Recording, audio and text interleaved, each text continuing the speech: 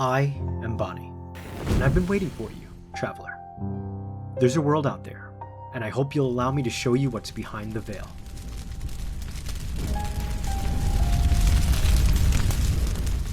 Long, long ago, after the world was first formed, chaos began to spill onto the land. Man and monster began to empty themselves onto the plane in search of order. It took countless eras of bloodshed to find any semblance of peace, until it was nurtured and maintained by a soul blessed by the Creator themselves. Though he came to earn many names, history remembers Calyrex as the first king. Calyrex embodied the values needed to reign in the darkness that lived in the hearts of people, and sought to instill the world with his vision for a prosperous future. The primordial being saw him as their prodigal son, and blessed him with great power.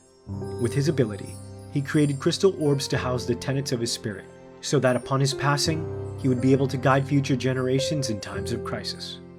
Though his time spent ruling is up for debate, one thing was for certain: he was beloved across the land.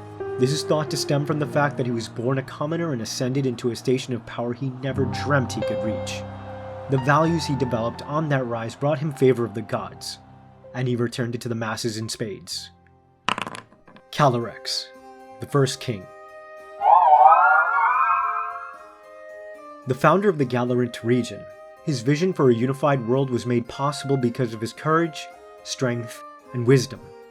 Most depictions of the first king resemble that of a young boy, although there are records stating Calyrex lived to hundreds of years old. Calyrex's influence can still be felt within the powerful relics known as the crystal orbs. Upon his death, he released his spirit into countless crystal orbs. Mythical spirits like Mil, Celebi, and Jirachi are thought to be the progeny of Calyrex, and have appeared to heroes across eras. Their appearances signify the arrival of an era of darkness, but also symbolizes hope, so long as the crystal ball can reach the hands of someone worthy. In present day, the Cantona region had been suffering for several decades now. After the kingdom of Paledia fell to the grave forces of darkness, the people of the towns all over struggled to fight back against the otherworldly interlopers that ransacked the region. The ruling family were removed forcefully from the throne, and all presumed to be either dead or missing. In their place, a great evil had taken over, and the land yearned out for a hero. Be not weary, traveler, for we'll take a short rest here. Before we set on adventure again, be sure to comment below with your answer to the question of the day. Which Pokemon would you choose to represent yourself as the hero of this tale? Slowly, a young boy began to pick himself up off the ground, and before he could even process where he was, heavy smoke quickly entered his lungs, forcing him to cough violently until he was out of breath. He fell back to the floor, taking slow, deep breaths until he was able to finally take in his surroundings. The sky was slate gray, and orange flickers of ember bounced across dark plumes of black smoke rising from crumbled buildings. Once again, the boy got to his feet, instinctively picking up a large bone that was beside him. On his person, not even a sliver of hair had been touched.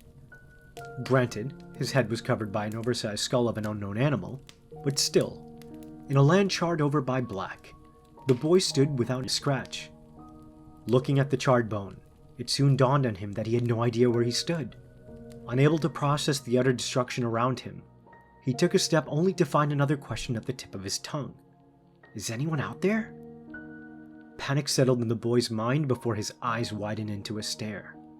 Who am I? The boy took a step and heard a curious sound. It echoed as if he had heard it in his own mind, yet he could have sworn it came from across the distance. He continued to take steps to chase the sound as it got louder, until through a clearing, he reached the only house left standing in the village. The door was left ajar, and flickers of blue and green flames lit up the room for the boy to make out an altar. As he got closer, the image of a ghostly figure began to solidify from behind it. The boy fumbled backwards, when a voice echoed throughout the room. Arise, Curtis. Curtis, the lost boy. A commoner who seems to have lost his memory and became an orphan, having survived an attack that decimated his village. He's quite connected to his emotions, and feelings of loneliness seem to have plagued him all his life. Nevertheless, his kindred spirit never lets him wallow for too long. Curtis wears a large skull on his head and wields a bone, and feels deeply connected to these items, although for what reason currently escapes him. With how well outfitted he was, it seems he was on his way to safety, but was unfortunately caught up in the attack. Great potential lives deep within the heart of the lost boy. Surrounded by flames, he seems to have an ember burning in his heart, one that ebbs to great sadness that has come from loss, but waiting to erupt to reclaim it all back. With nowhere to go, Curtis followed a curious chime to reach a ghostly figure standing over a marble altar.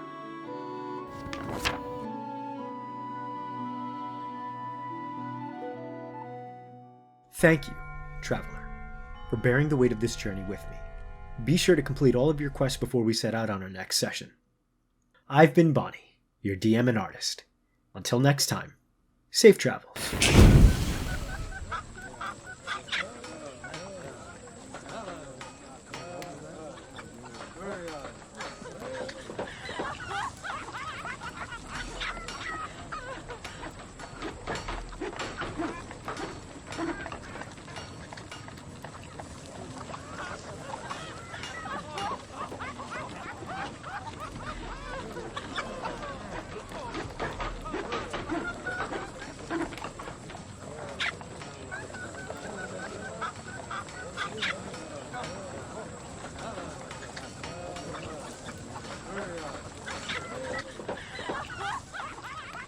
Curtis, the long boy.